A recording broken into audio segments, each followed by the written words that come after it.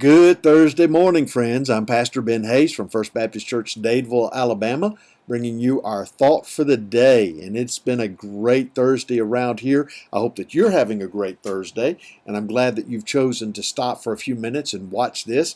But it's been great for me because we just had our first prayer breakfast of the year with our Dadeville High School football team and cheerleaders. And I just want to say what a great bunch of young men and young ladies that represent our school. Thank you to the coaches, Coach McDonald and Miss Deanna Jennings, who takes care of the cheerleaders. They do a fantastic job with these young people, and these young people are great. I just love being around them as the chaplain of the football team and spending time with them. But, I want you to join me in praying for them today and every day. Being a teenager is tough enough during normal times, but right now with this COVID virus, the fact that they've gone back to remote learning today after just being in school for a couple of weeks, it's got to be tough. So lift them up to the Lord and trust Him to guide them and help them to make those right decisions. And that's part of what King Solomon's talking about in Ecclesiastes chapter 12 as we come to the end of this book of wisdom, but from wisdom from a pessimistic viewpoint.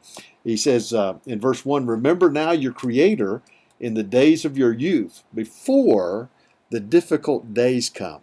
And what's interesting is that this is a metaphor, but listen to what he's talking about here. He begins to describe the difficult days as the years draw near, and you say, "I have no pleasure in them." He talks about the sun and the light, the moon and the stars are not darkened, the clouds did not return after the rain. The keepers of the house tremble, the strong men bow down, the grinders cease because they are few. Those that look through the windows grow dim, the doors are shut in the streets, and the sound of grinding is low. And it sounds like this horrible thing must have happened.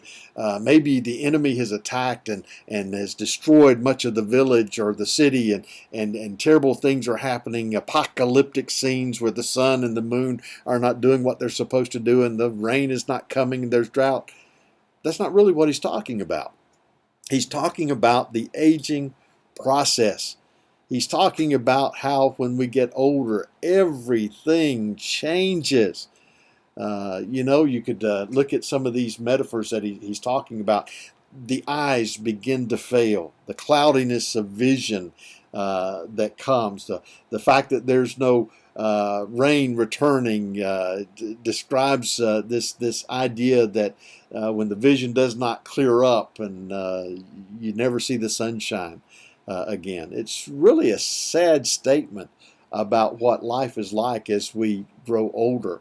And as you look at this, he continues on and he talks about the fact that our bodies deteriorate. We know that. Even at 59, I recognize that. There are things that I can't do now that I used to do when I was 40, even when I was 50. And that's just part of life. The Bible tells us that God didn't create this body to last for an eternity. But here's the key to this.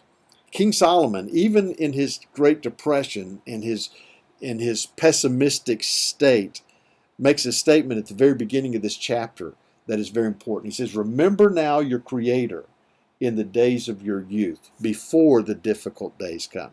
Before you get older, before your body begins to deteriorate, focus on the Creator God, Yahweh Himself, the one who's given you life and given you this opportunity to live life. Before you get to the point where your body deteriorates, even if you're 70 or 80 now and watching this, what it's going to become later on, remember your Creator. Focus on Him, because when we focus on Him, that's where we find wisdom and joy and life. If we leave Him out, we find depression and sorrow and death.